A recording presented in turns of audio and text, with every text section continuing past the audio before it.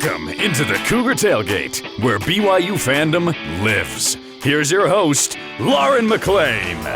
How's it going, everyone? Thanks for joining me on this beautiful day. Some of you may be camping outdoors a lot this summer, while others may prefer to stay inside with the comfort of the AC. That's me for sure. But I know there's a type of camp that we as BYU fans all love, and that is fall camp. BYU football fall camp starts next week, and we want to know all the hype. Later in the show, legendary BYU quarterback and current varsity club director Robbie Bosco talks to me about his experience at his first fall camp behind Jim McMahon and Steve Young, plus who he thinks is the must-watch for this year's camp. But first, let's welcome on Spencer Linton. It's been too long, Spence. Hello, Lauren. I'm glad you pronounced my name the appropriate way. Or not. You want to call me Linton? That's fine. I've known you so long, I can pronounce your name It's true. however I want. Yeah, exactly. So, Spence, fall camp starts next week for BYU football, and it's a time that we anticipate every year. It's the time the depth chart is sorted out, and we find out who will be leading the team to start the season. So let's talk about why we do love fall camp so much. For you personally, Spencer, what makes you anticipate with eagerness this time of year? Well, obviously, just anytime you have something taken away from you for a little while, and football season ends after the Super Bowl comes to a close some point in mid to the latter part of February, and then there's this long, dreary offseason of no football.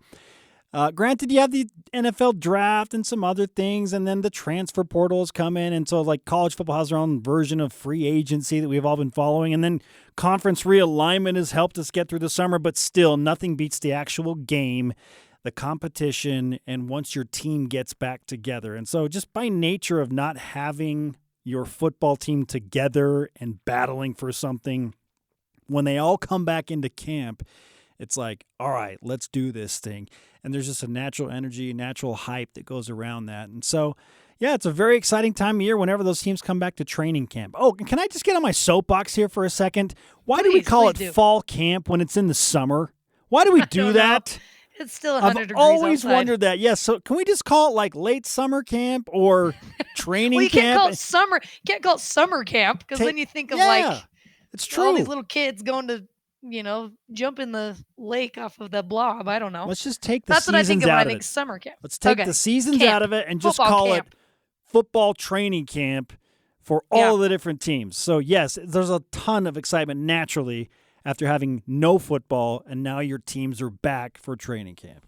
It is crazy that absence makes the heart grow fonder because there was a bad taste in our mouth at the end of last season, let's be honest. But every single year, year in, year out, it all goes away. Fall camp rolls around, and you are as excited as you were when Steve Young was playing. It doesn't matter. I think the players and the coaches are excited. You get to hear about who's emerging after each practice, who's in, who's out, who's back from injury that's actually practicing. And Spencer, you and I know there is something about the feel of fall camp. Like when you're able as the media to be let in, even though they're kind of just doing, not much by that time that the media is let in. There's just an awesome feel there. It's just the excitement of football about to start. And you've been to about a decade of fall camps. Correct me if I'm wrong, Spence. Decade? Yeah. In your career with BYUtv. What's the importance of fall camp from what you've seen? So I think it starts with the chemistry that is involved with a certain team, especially for teams that are welcoming in a bunch of new players. Like, this is their first opportunity to really mesh and combine together. But then when you have a team that's full of veterans and have gone through a number of camps together, it gets quicker. Like the chemistry building, like the camaraderie and the natural feel. Sometimes it's already there on day one when you have veteran teams, which is why it's like, oh, man, that is such an advantage if you bring back a ton of veterans that have already done this. And so on day one, you're like, I know the drill. I know what I'm supposed to do. We've been having these player run practices over the summer. We've already established the chemistry, and we're used to each other. We know how each other play, what we're going to do. Like we know the playbook well. And so that's where I feel like this specific BYU team is while there are a couple of key new parts, it is primarily high-level veterans. We're talking about guys that are a part of the 11-win 2020 season, and then they came back and they went 6-1 against 7 Power 5 teams last year and won 10 games overall, even though that they slumped and at the end of the season and lost to UAB. But regardless, this is the primary core of these veterans have won 21 combined games over the last 2 seasons. And so they know the drill. Like they know what's happening. And so for this specific BYU team going into training camp, it's more of like, all right, how fast can we get going? How quickly can we hit a high level of performance so that when the game for USF rolls around, and we're talking like essentially 5 weeks away from that first game, how quickly can we get to where we need to be game ready? And so I think this team under Kalani Sitake is looking specifically for, okay, can we get to that point in a week where we're just like, oh, yeah, we are a high-functioning machine? Or is it going to take the entirety of camp? I hope it doesn't, and I don't think it will based on who they bring back. So that's probably like the one thing that I'm thinking about in terms of like the importance of this fall camp for BYU specifically is how quickly can they get to that level that we expect them to be at by the time game 1 rolls around. And speaking of those veterans, usually Aaron Roderick has to do some tweaks to the offense according to who's coming back, who they have returning. But if you think about it, you mentioned all those veterans. They have a lot of the guys coming back. Jaren Hall, Gunnar Romney, Puka Nakua. The one guy they left right is Tyler Algier, but it sounds like Chris Brooks will be filling that spot really well. And so, Spencer, will there be very many tweaks that we're going to be seeing in the offense, or do you think it's going to be very similar to the offense we saw last year? Well, the base offense is going to remain the same. The tweaks that you bring up are more about little nuances to open up the playbook. So the playbook's just getting bigger, and you have that capability when you have a returning quarterback. Like your ace in the hole is Jaren Hall behind that offensive line. And so because you have that core up front, now you can just expand the playbook and throw in those tweaks with new little trick plays, and not necessarily trick plays, but just different formations. So much about football and opening the playbook is building your concept, yes, around that base offense, but now having so many different formations and different looks to confuse the defense while you're still trying to accomplish the same thing, right? Like you have a play that you think is going to get you a 6 to 7 yard run. Well, you've shown that before on film. How can we show a different formation but still essentially run the same play with just a different look? That's the type of stuff you can do. Is your quarterback becomes more knowledgeable. He can move players into different positions. He can call for shifts and motions. And the defense is like, whoa, we haven't seen this on film. We haven't seen this. And now they're thinking, and the play is run. You get your 7 yards. And it's like, oh, wait, wasn't that just that play? But it looks so different. Those are the type of nuances and tweaks that you're going to see from BYU football. Is same base offense, but so many different formations and looks. And yes, there'll be some personnel differences with some transfers. You brought up Chris Brooks. Houston Hamuli comes over as a fullback from Stanford. How are they going to implement all of those different pieces to confuse defenses? That's the beauty of football. It's just smoke and mirrors. Like, what are they going to do? I don't know. I haven't seen this look. I've been studying them all summer. I haven't seen this. That's what fall camp allows you to do with veterans like that. And so, yeah, BYU's in a unique position. A ton of veteran leadership, ton of NFL talent, we think, on this team. But with that come really, really high expectations. And that's a little scary. That can be a little bit nerve-wracking at times. But exciting, and I think Jaren Hall has such a good demeanor, and he's a little bit older. I think he's going to do phenomenally if he stays healthy, and that's one of the biggest questions. The offensive line, I think it really is as good as advertised, but we all know as BYU fans that the majority of seasons, the backup to the quarterback sees significant time during the season. So I want to know from you, Spencer, how confident are you in Jaren Hall's backups? Well, it's Jacob Conover at this point, we think. Like, he appears to be the number 2 guy. And he saw some time in a meaningful game last year in Logan at Utah State when Jaren Hall was out with an already discussed rib injury. Baylor Romney had been concussed earlier in the game. So out comes Jacob Conover. And they had to really, really go to a conservative part of the playbook. And can you imagine the nerves that Jacob Conover is feeling? Because BYU is a top 10 team. They're 4-0. They're in a hostile environment, a rivalry game. At halftime, it's still hotly contested, right? He comes out and he's got to run the offense. And they kind of just said, be the game manager. Let Tyler Algier on the offensive line and these guys carry it. They asked him to make a few throws, but we didn't really see what Jacob Conover is capable of. And I went to lunch with Max Hall a few weeks ago when I was visiting my brother in Arizona, and Max said people are sleeping big time on Jacob Conover. Like they don't, there's something about that kid. He's just a gamer. So you give him full preparation, you make him the guy, you give him that confidence of being the guy, and you will see what he is capable of. And so I feel a little bit more confident in Jacob Conover and the other backups, Soljay Maiava-Peters, Cade Fennegan. I probably feel a little bit more confident than the average BYU fan based on the conversations that I've had with Max and some of the BYU coaches about what it is that he can bring to the table when that switch is flipped, when you're like, okay, you're the guy. And hopefully, I mean, heaven forbid, Jaren Hall has to sit out some games, and he's had his own injury history. But if that's the case, I'm okay and confident enough in Jacob Conover to come in and lead an offense behind a really experienced offensive line, and he's got great weapons too that will, frankly, probably, if he has to play, will bail him out. You know, he can throw a jump ball to Puka Nacua, and Puka can make a play. He can hand the ball off to Christopher Brooks and Mason Wake and Lopini Katoa, all of those guys, because they've got experience. So he'll have weapons around him that will help him ease in if it comes to that. So, you know, I'm probably a little bit more confident than the average BYU fan. And hopefully he'll have a healthy Isaac Rex there at tight end as well. Sure. So, yep, he has lots of weapons, and that makes me feel a lot better. I trust Max Hall when it comes to quarterback. Spencer, thank you so much for coming on with me today, my friend. You are welcome. Here's to an undefeated season, Lauren. Let's go. Get your blue goggles ready. Absolutely. Every year. Coming up, he's the only quarterback in BYU history to lead the Cougars to a national championship. Robbie Bosco joins me in studio up next on Cougar Tailgate.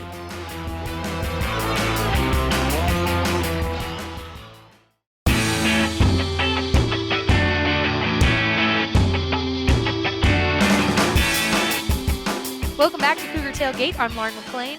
Robbie Bosco is the current director of the varsity club for BYU's athletic department. But for big-time BYU fans, you know him as the QB of BYU's national championship squad and the quarterbacks coach for the Cougars in the 90s, early 2000s.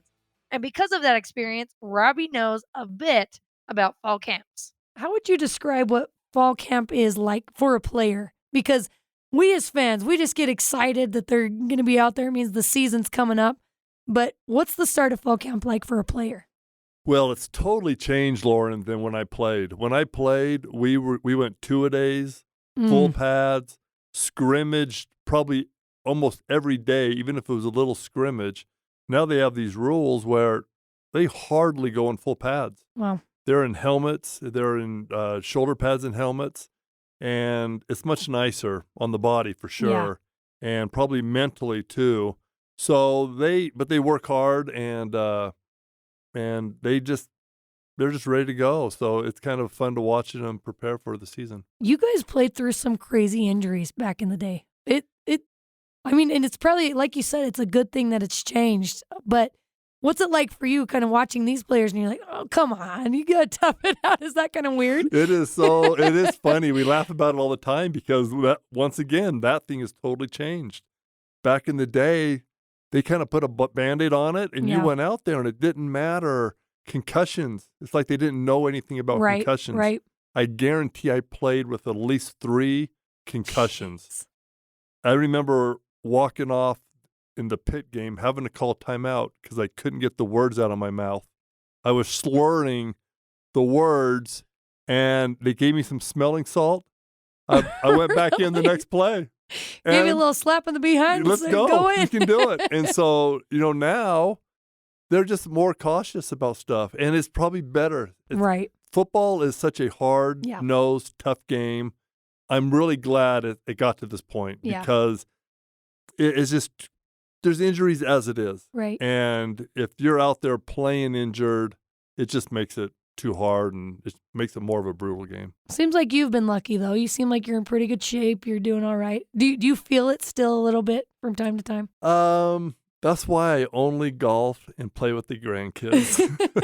Anything else I don't do but I'm came out of it pretty good, and I feel good and stuff like that. I got some back issues and some joint issues, but I'm getting older too. So right. 1981 was your first year on campus. Jim McMahon was the starting quarterback. Steve Young was in the quarterback room. What do you remember most about that quarterback room from 1981? Oh boy, how the confidence of Jim McMahon. I mean, it was, here I am. I come in these meetings, I'm like, I want to learn. I want to know what it's about.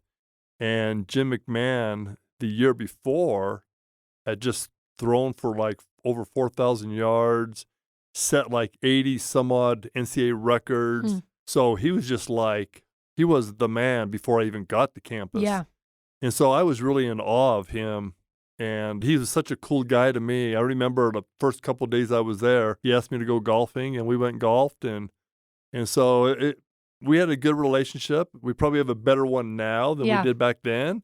But I just kind of liked watching the command of the offense that he had and the knowledge that he had when the coaches were talking to him. What's something you learned from Steve Young? Because let's be honest, Jim McMahon and Steve Young are like polar opposites of each other. It seems anyway.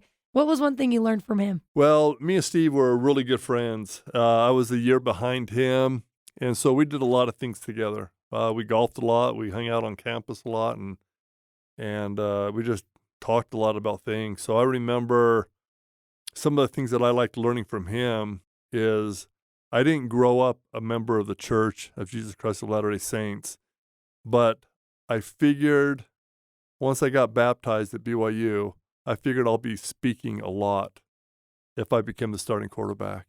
And so I spoke with him a few times and kind of got a little feel for that. And the bigger thing was interviews, how he treated the media, how he reacted to things. And I remember him and Gordon Hudson, after not every practice, but after a lot of practices, they would pull me aside. Okay, here we go. The lights are on, camera rolling, and they would interview me. And I couldn't answer the questions. I'd be laughing and like, I can't do this. And so we did that over and over. And, I think I learned a lot of things from Steve, though, but those things really stick out in my mind because they were outside of football, but they were a huge part of football and being at BYU. Right. You seem like a really confident guy. I feel like to be a starting quarterback in Division I football, you got to have a lot of confidence. But back then, BYU still had a JV team. Did that help with your confidence to be able to start on that team first? I think I didn't really think too much about that because it was just kind of the way BYU did things. Yeah.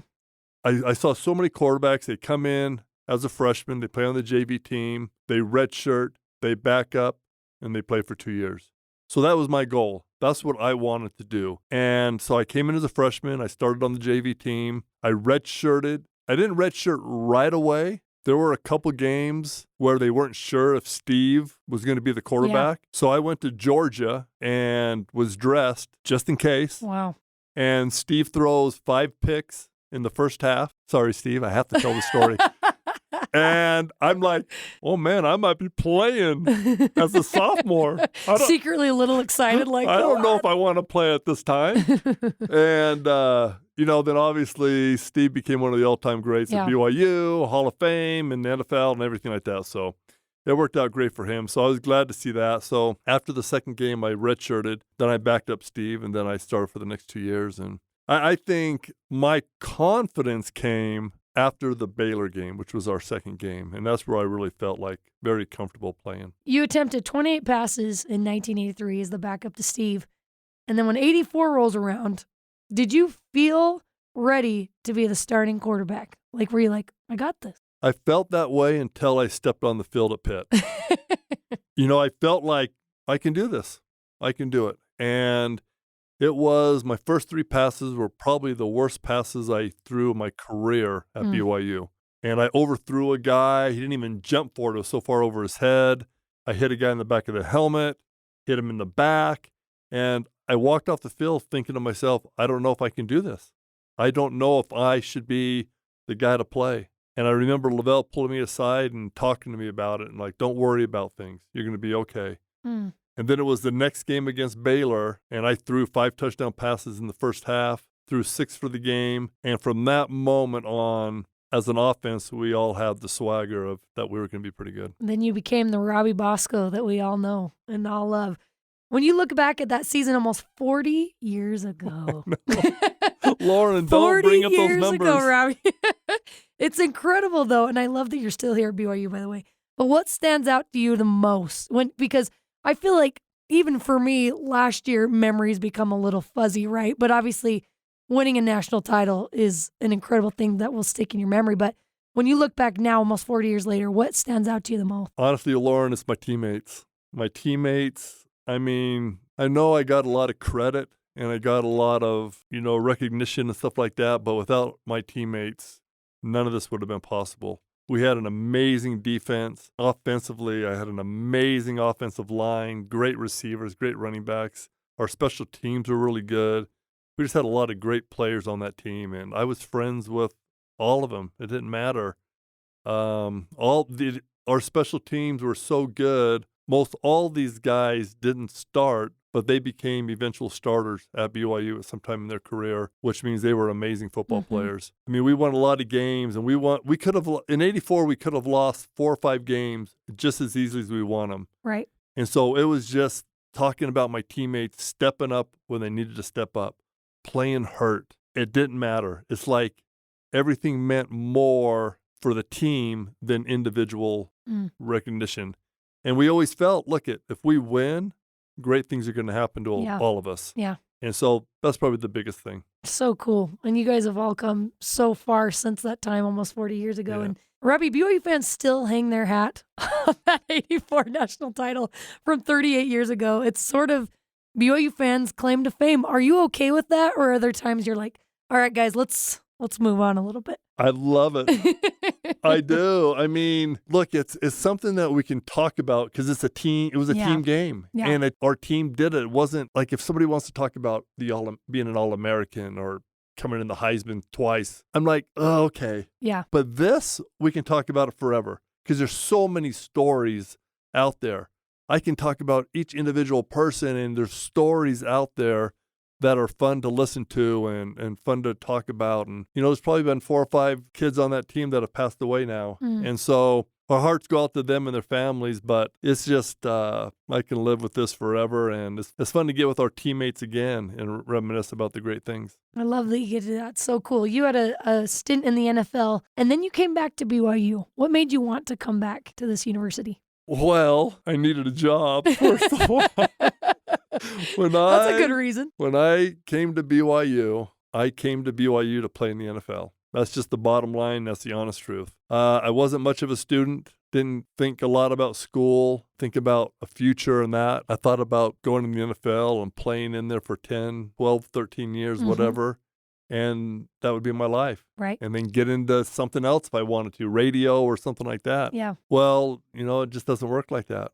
And I would never teach a young man to rely on a professional job. Right. Just because things happen. Right. And things did happen my senior year with my shoulder, and I never came around. So when I got released from Green Bay, Mark Wilson was there with me, former BYU great. And I said, Mark, what do I do? I mean, I told him the story too. I go, I didn't go to school to do this. I have nothing to fall back on, really. Right.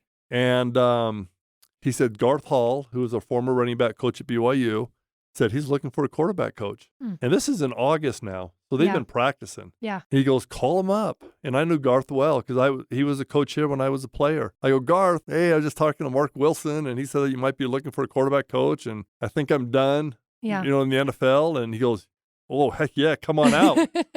So they're probably into spring ball or fall camp, 3 or 4 days, maybe even a week. I drive out there when I can get out there. He hands me the playbook. He goes, you're calling the plays. I'm like, what? My gosh.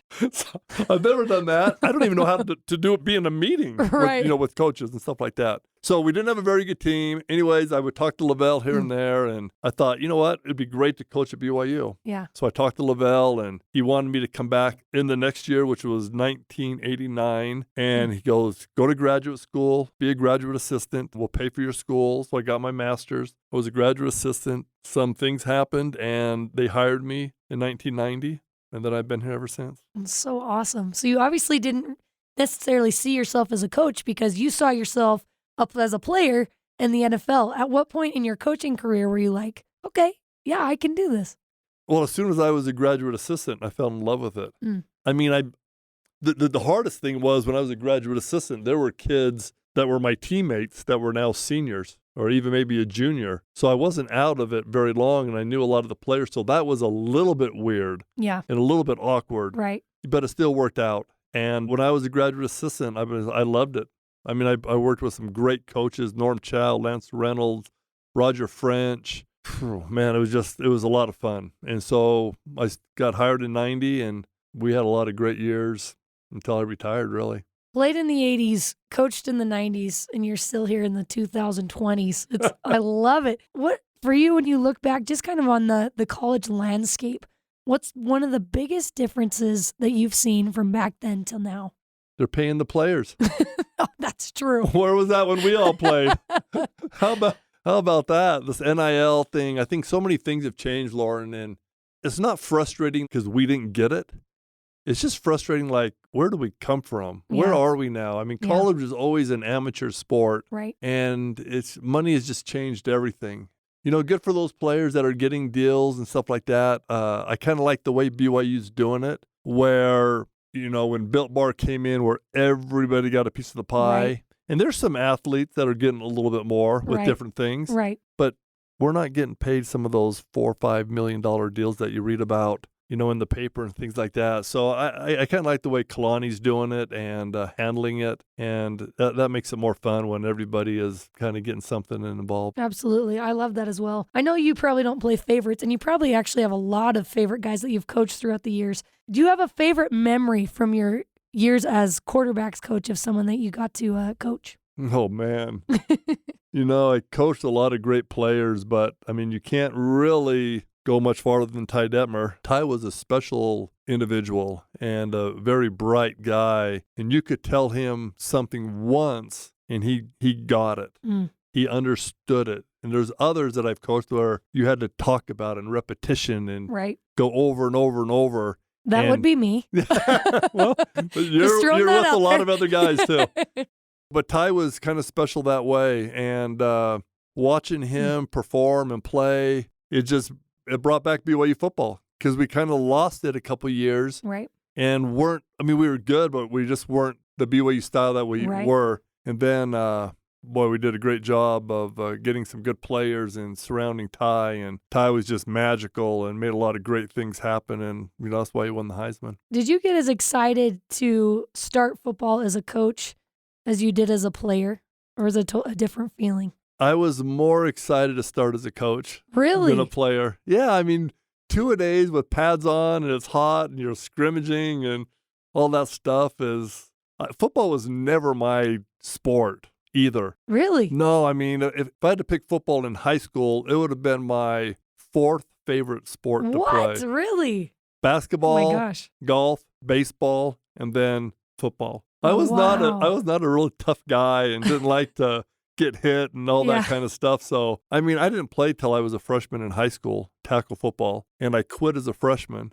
And then I went back on the team because they kept bugging me. They just wanted me to play because I was just naturally, I could throw a football. Right. And so then we had a super good team my junior year, and we went to the playoffs for the first time in I don't know how many years at Roseville High School. And then it's like, you know what? This is what's going to get me to a professional level. And so I stuck with it, and, it worked out pretty good. Didn't go as long as I wanted to, but as a coach, you're just excited because you're meeting with them, and it's super fun to watch, to teach something and see if those kids can perform what you're teaching them. And for me, early on in my career at least, when they couldn't do that or they missed these receivers, you're like, I did that. Yeah. You can do it. Let's Yeah. go. Yeah. And so that got frustrating at times, but I got to remember I'm getting older, Yeah. and these kids are always staying right around that same Right. age. So, and they're doing the best they can. So, but it was super fun to coach. Oh my gosh, that's fascinating. So is that cool for you to be here and be able to be around like basketball and golf and all these other sports? And you were the golf coach for a while as well, weren't you? I was an interim golf coach for the women's team. That's right. And the COVID year, I was interim men's tennis coach. Oh my gosh. You can do it all. So, hey, it's the only one that I can have You're 3 the Bo coaching Jackson jobs. of BYU. Yeah. That's so cool. I love it. What has you excited when you think about who's coming back for this year's football team? Wow. I mean, we have a lot of good players coming back. I mean, I know the offense. I'm sorry about this on the defensive side, but I know the offense a little bit better. I just, being an offensive guy, I just love watching the offense and watch how they do. But Jaren, I think, is going to be a special kid, and he's already proven that he can play.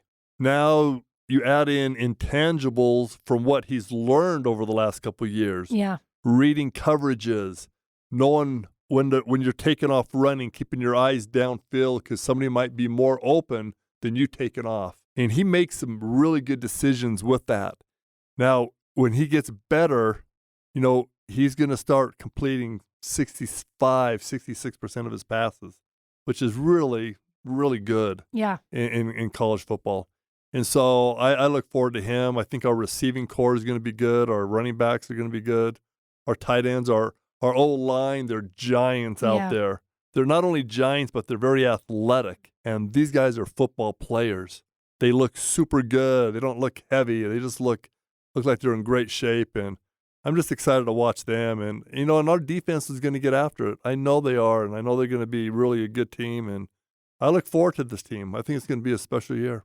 With your position now, do you have an opportunity to kind of take Jaren aside and say A, B, C, and D? Just give him little bits of advice. I know that's hard because he has a quarterbacks coach and there's other coaches, but do you get the opportunity to do that? You know what? I talked to not really, and that's kind of a personal thing. I really don't go down there too much and interact. I became good friends when Taysom was playing, and we would talk about some things, but they got some great coaches. Aaron Roderick is a super good coach and does a good job. I coached Aaron.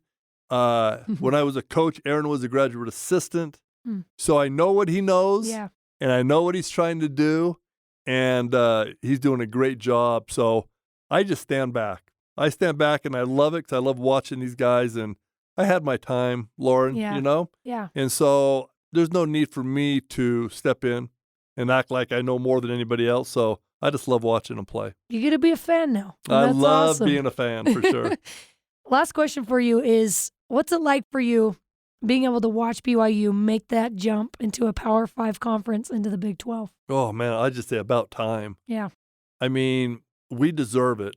We have, and I know football's the kingpin around here. Right. But when you look at our all-around sports, we are an amazing athletic department. I think Tom Homo has done a tremendous job.